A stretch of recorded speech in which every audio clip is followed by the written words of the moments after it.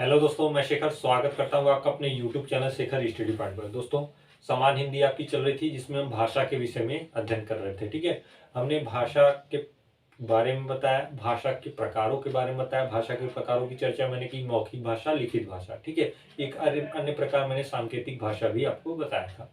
उन तीनों के बाद मैंने आपको भाषा के स्वरूपों की बात की। स्वरूप अर्थात भाषा का किस तरीके से विकास होता चला गया। ठीक है, भाषा कैसे अपने आप को बदलती गई, कैसे कैसे उसका स्वरूप बदलता गया, उन स्वरूपों की चर्चा करें। हमने बोली की चर्चा की। बोली के बाद बोली अपने आप का स्वरूप बदल के उपभाषा विभाषा बनी। उपभाषा विभाषा की हमने चर्चा की। उसके बाद उसका स्वरूप बदला, क्या बन गई? मानक भाषा, व्याकरणिक भाषा बन गई। ठीक है, तो उसी क्रम में आज हम चर्चा जो करेंगे मानक भाषा या व्याकरणिक भाषा की। ठीक है, ये देखिए भाषा का स्वरूप यहाँ से आरंभ होता है, बदलता है। बोली से उपभाषा विभाषा, उसके बाद मानक भाषा, फिर आपकी राजभाषा बनेगी, तब आपकी राष्ट्रभाषा बन जाएगी। हालांकि मानक भाषा जो होती है आखिरी होती है, और राजभाषा और राष्ट्रभाषा ये किसी एक नेशन के ऊपर निर्भर करता है कि वो अपनी राजभाषा बनाता है या राजभाषा बनाता है या नहीं बनाता है। ठीक है, तो बोली से उपभाषा विभाषा या मानक भाषा, ठीक है, ये मुख्यतः इसके विकास स्वरूप बदलते जा रहे हैं। ठीक है, अब वो राजभाषा और राष्ट्रभाषा जब आपको बताऊंगा मैं तो आपको और कंफर्म हो जाएगा। तो आइए शुरुआत करते हैं मानक भाषा या व्याकरणिक भाषा। देखिए, मानक भाषा की बात करें तो मानक भाषा को हम साहित्यिक भाषा भी कह सकते हैं, व्याकरणिक भाषा भी कह सकते हैं, या हम कह सकते हैं सुधरी हुई भाषा है या परिनिष्ठित भाषा है। ठीक है, मतलब अब वो एक मानक रूप में आ गई। जैसे अगर आप व्याकरण को पढ़ते हैं तो व्याकरण में अपने नियम होते हैं, अपने सिद्धांत होते हैं, उसी के आधार पे वो भाषा चलती है, क्योंकि वो व्याकरण के थ्रू चल रही है, उसके सारे नियम बने हुए हैं। तो वो क्या हो गई, एक मानक के रूप में आ गई, स्टैंडर्ड रूप में आ गई। तो ये उसके क्या है, भाषा का स्वरूप है। पहले ये बोली से उपभाषा, तब ये जाके मानक बनी है। मानक तब बनी जब इसका प्रॉपर हो गया क्या, व्याकरण हो गए, नियम बन गए इसके। ठीक है, तो आप कह सकते हैं मानक भाषा है साहित्यिक भाषा, जिसका अन्य नाम है व्याकरणिक भाषा, सुधरी भाषा, परिनिष्ठित भाषा। ये मानक भाषा के अन्य नाम है। देखिए, जब मानक भाषा बनी कैसे, बोली से विभाषा आई, विभाषा से मानक भाषा बनी। मतलब जो विभाषा के क्षेत्र थे, ठीक है, उनमें से कई विभाषाओं में से कोई एक ऐसी विभाषा होगी जो क्या होगी, अपने आप का विकास कर ली होगी, मतलब और उसका मानक रूप बनता गया होगा और वो अन्य क्षेत्रों में फैलती गई होगी।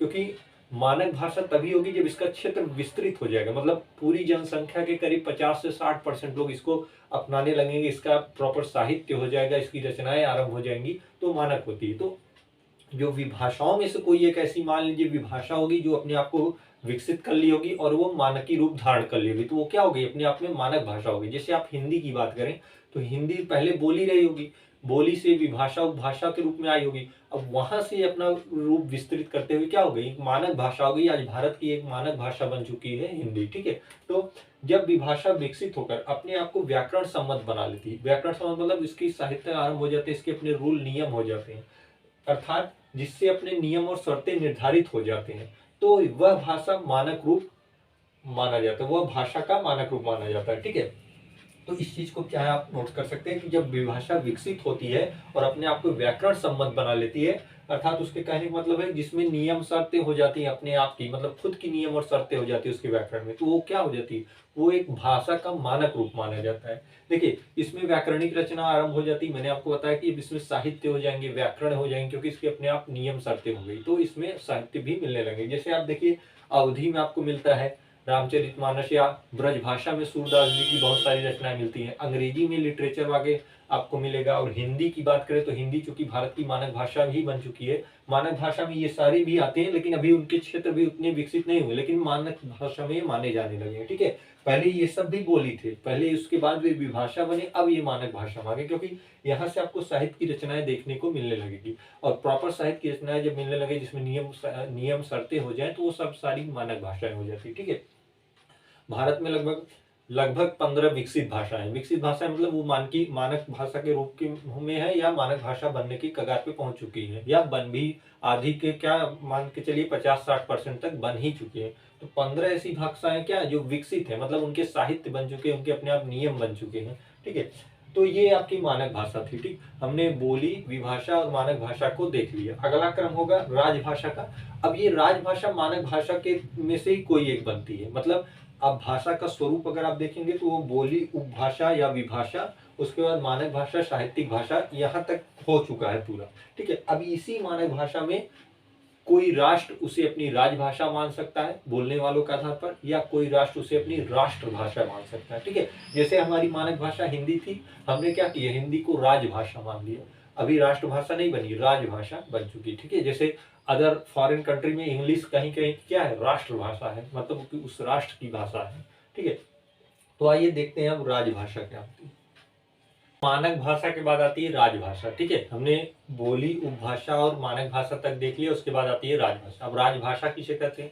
ठीक है, किसी देश का जो शासन प्रशासन होता है या उस देश के अंतर्गत राज्यों में जो प्रत्यक्ष व्यवहार होता है वो जिस भाषा में होता है वह उस देश की राजभाषा कही जाती है। ठीक है, मैंने यहाँ पे लिखा हुआ है, देखिए, जिस भाषा में किसी देश के सरकार द्वारा अपने कामकाज तथा शासन प्रशासन का संचालन होता है या उस देश के राज्यों में आपस में पत्राव्यवहार आदि होता है, वो देश की क्या होती है, राजभाषा बन जाती है।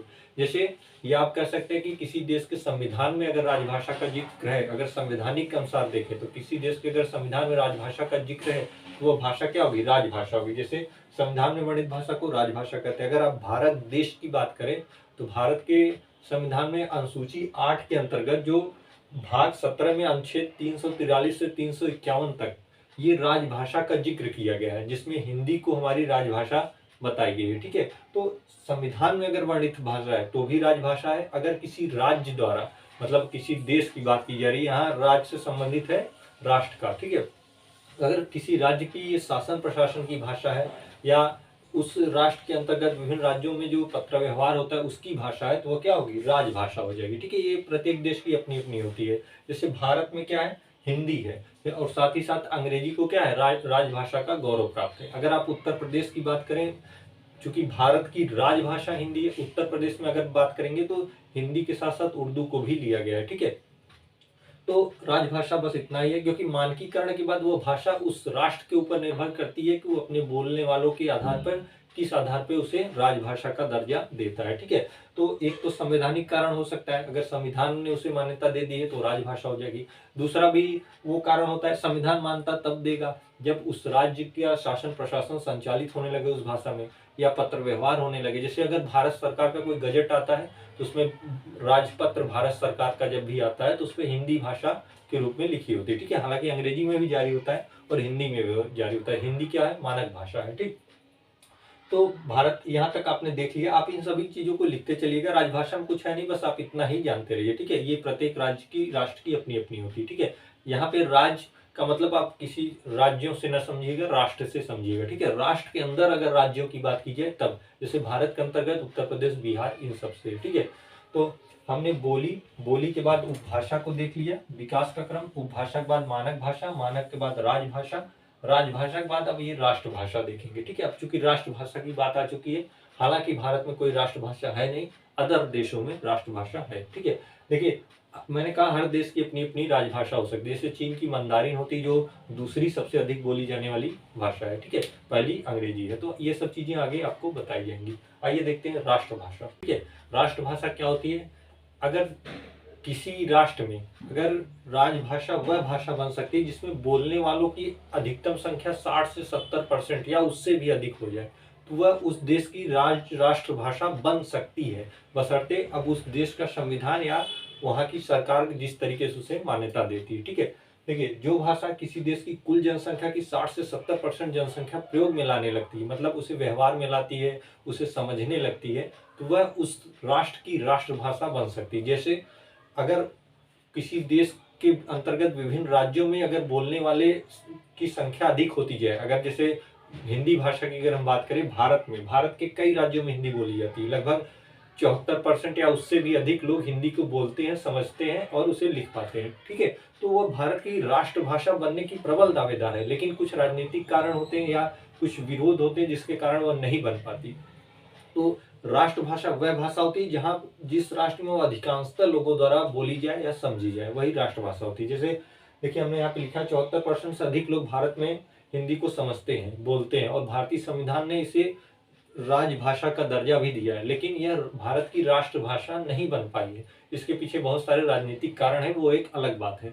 भारत की कोई राष्ट्रभाषा नहीं है। अगर फॉरेन कंट्रियों की बात करें, जैसे अमेरिका वगैरह की, तो इंग्लिश राष्ट्रभाषा है, चीन की मंदारिन है। इस तरीके से बहुत सारे देशों की अलग अलग राष्ट्रभाषाएं हैं, लेकिन भारत की कोई राष्ट्रभाषा नहीं है। हिंदी भारत की राजभाषा है, ठीक है। अंग्रेजी भी राजभाषा का गौरव प्राप्त है, लेकिन अंग्रेजी अधिकांशतः नहीं अपनाई जाती। बहुत सारे ऐसे राज्य हैं जो हिंदी भाषी हैं, लेकिन अंग्रेजी उनमें नहीं अपनाई जाती। उतने लोग ना बोल पाते हैं, ना समझ पाते हैं, ठीक है।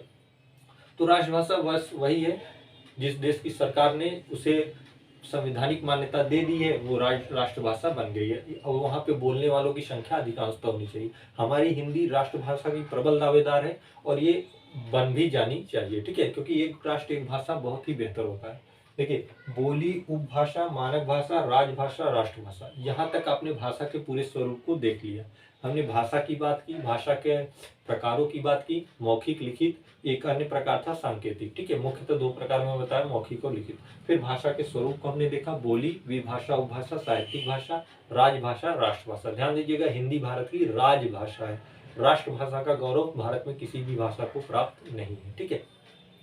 तो यहाँ आपसे आपका भाषा का पूर्णतः चैप्टर समाप्त होता है, ठीक है। अब हम भाषा के विषय में हमने पूरा समझ लिया है। अब हम अपनी हिंदी भाषा को पढ़ेंगे, मतलब हिंदी की उत्पत्ति कैसे हुई, हिंदी का विकास कैसे हुआ, हिंदी में कौन कौन सी बोलियां हैं। अब हम हिंदी को देखेंगे, ठीक है। तो उम्मीद करता हूँ ये पूरा भाषा का चैप्टर आपको समझ में आया होगा। तो आज के पार्ट में इतना ही, मिलते हैं अगले पार्ट से, वहां से हम हिंदी को शुरुआत करें।